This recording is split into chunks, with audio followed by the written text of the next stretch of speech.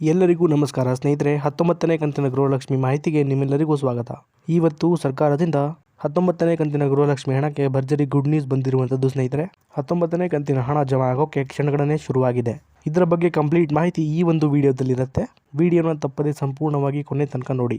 ವಿಡಿಯೋನ ಎಲ್ಲೂ ಕೂಡ ಸ್ಕಿಪ್ ಮಾಡಿಬಿಡಿ ಸ್ನೇಹಿತರೆ. ಭರ್ಜರಿ ಅಂದರೆ ಭರ್ಜರಿ ಗುಡ್ ನ್ಯೂಸ್ ಇದೆ ಅಂತಾನೆ ಹೇಳ್ಬೋದು. ಹೌದು ಸ್ನೇಹಿತರೆ, ಈ ಒಂದು ವಿಡಿಯೋದಲ್ಲಿ 19ನೇ ಕಂತಿನ ಗೃಹಲಕ್ಷ್ಮಿ 2,000 ರೂಪಾಯಿ ಹಣ ಏನಿದೆ ಅದು ಮೊದಲನೇ ಹಂತದಲ್ಲಿ ಯಾವೆಲ್ಲ ಜಿಲ್ಲೆಗಳಿಗೆ ಜಮಾ ಆಗುತ್ತೆ ಅನ್ನೋದನ್ನ ತಿಳಿಸ್ಕೊಡ್ತಾ ಹೋಗ್ತೀನಿ ಸ್ನೇಹಿತರೆ. ಹಾಗೆಯೇ 19ನೇ ಕಂತಿನ ಗೃಹಲಕ್ಷ್ಮಿ ಹಣದ ಬಗ್ಗೆ ಮುಖ್ಯವಾದ ಮಾಹಿತಿಯನ್ನು ಕೊಡ್ತೀನಿ ಸ್ನೇಹಿತರೆ. ವಿಡಿಯೋನ ಸಂಪೂರ್ಣವಾಗಿ ನೋಡಿ. ಅದಕ್ಕೂ ಮುಂಚೆ ನೀವೇನಾದರೂ ನಮ್ಮ ಚಾನಲ್ಗೆ ಮೊದಲ ಸಲ ಭೇಟಿ ಕೊಟ್ಟಿದ್ರೆ ದಯವಿಟ್ಟು ಸಬ್ಸ್ಕ್ರೈಬ್ ಮಾಡ್ಕೊಳ್ಳಿ ಸ್ನೇಹಿತರೆ. ಇದೇ ರೀತಿ ಎಲ್ಲ ಗೃಹಲಕ್ಷ್ಮಿ ಯೋಜನೆ ಮಾಹಿತಿಗಳನ್ನ ನಿಮಗೆ ದಿನನಿತ್ಯ ಕೊಡ್ತಾ ಇರ್ತೀನಿ. ಹಾಗೆಯೇ ಈ ಒಂದು ವಿಡಿಯೋಗೆ ಲೈಕ್ ಮಾಡೋ ಮೂಲಕ ಸಪೋರ್ಟ್ ಕೂಡ ಮಾಡಿ. 19ನೇ ಕಂತಿನ ಗೃಹಲಕ್ಷ್ಮಿ ಹಣದ ಬಗ್ಗೆ ನಮ್ಮ ಕರ್ನಾಟಕ ರಾಜ್ಯ ಸರ್ಕಾರದಿಂದ ಒಂದು ಗುಡ್ ನ್ಯೂಸ್ ಬಂದಿರುವಂಥದ್ದು ಸ್ನೇಹಿತರೆ. ಅದೇನಪ್ಪ ಅಂದರೆ 19ನೇ ಕಂತಿನ ಗೃಹಲಕ್ಷ್ಮಿ ಹಣ ಏನಿದೆ ಅದು ನಾಳೆಯಿಂದ ಅಂದರೆ ಇದೇ ಏಪ್ರಿಲ್ ತಿಂಗಳ 14ನೇ ತಾರೀಕಿನಿಂದ ಎಲ್ಲ ಫಲಾನುಭವಿಗಳ ಖಾತೆಗಳಿಗೆ ಜಮಾ ಮಾಡುವ ಪ್ರೋಸೆಸ್ ಆಗುತ್ತೆ ಅನ್ನುವಂತಹ ಒಂದು ಗುಡ್ ನ್ಯೂಸ್ ಸಿಕ್ಕಿದೆ ಸ್ನೇಹಿತರೆ. ಹೌದು ಸ್ನೇಹಿತರೆ, 19ನೇ ಕಂತಿನ ಗೃಹಲಕ್ಷ್ಮಿ ಹಣ ಮೊದಲನೇ ಹಂತದಲ್ಲಿ ಸುಮಾರು 15 ಜಿಲ್ಲೆಗಳಿಗೆ ಜಮಾ ಮಾಡಲು ರಾಜ್ಯ ಸರ್ಕಾರ ಮುಂದಾಗಿದೆ ಅಂತಲೇ ಹೇಳ್ಬೋದು ಸ್ನೇಹಿತರೆ. ಈಗ ಯಾವೆಲ್ಲ ಜಿಲ್ಲೆಗಳಿಗೆ ಮೊದಲನೇ ಹಂತದಲ್ಲಿ 19ನೇ ಕಂತಿನ ಗೃಹಲಕ್ಷ್ಮಿ ಹಣ ಜಮಾ ಆಗುತ್ತೆ ಅನ್ನೋದನ್ನು ನೋಡ್ತಾ ಹೋಗೋಣ ಬನ್ನಿ ಸ್ನೇಹಿತರೆ.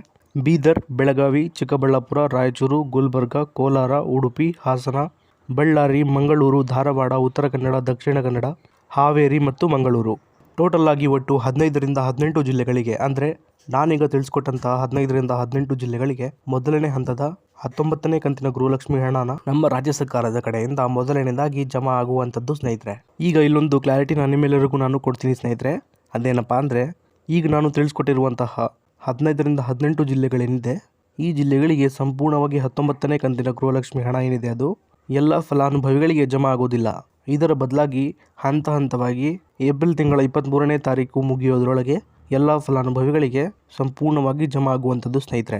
ಯಾಕಂದರೆ ಸಂಪೂರ್ಣವಾಗಿ ಎಲ್ಲ ಫಲಾನುಭವಿಗಳಿಗೆ ಹಣ ಜಮಾ ಆಗೋಕ್ಕೆ ಕನಿಷ್ಠ ಅಂದರೂ ಸಹ 15ರಿಂದ 20 ದಿನಗಳ ತನಕ ಸಮಯ ಬೇಕೇ ಬೇಕು ಅನ್ನುವಂತಹ ಅಪ್ಡೇಟನ್ನು ಲಕ್ಷ್ಮೀ ಹೆಬ್ಬಾಳ್ಕರ್ ಮೇಡಮ್ ಅವರು ಕೊಟ್ಟಿದ್ದಾರೆ.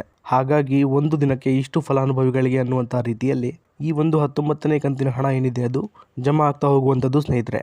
ಈ ಒಂದು 15ರಿಂದ 20 ದಿನಗಳಲ್ಲಿ 19ನೇ ಕಂತಿನ ಹಣ ಏನಿದೆ ಅದು ಜಮಾ ಆಗುವಂಥದ್ದು. ಆದರೆ 1 ಅಥವಾ 2 ದಿನದಲ್ಲಿ ಹಣ ಜಮಾ ಆಗಲಿಕ್ಕೆ ಸಾಧ್ಯ ಇಲ್ಲ. ಇಷ್ಟು ಮಾತ್ರ ಕ್ಲಾರಿಟಿನ ನೀವು ತಗೋಬೇಕಾಗತ್ತೆ.